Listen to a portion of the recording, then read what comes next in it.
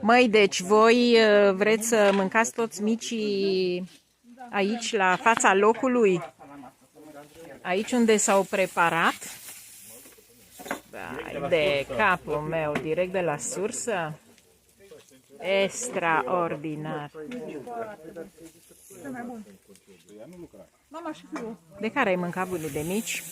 Cu muștar? Mama și fiul mâncai. Așa, mami? Și mândrulița? Mândrulița mea muiere, la cârmă și-am bea bere.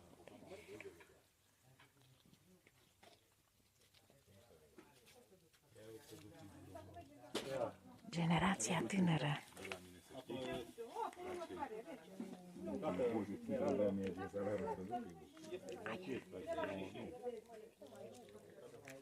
Sunt buni?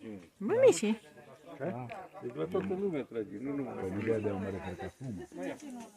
Măi, voi aveți de gând... Și mie, Andrei, unul foarte făcut. Eu cred că voi aveți de gând să ne îngrășați, sărbătoritule.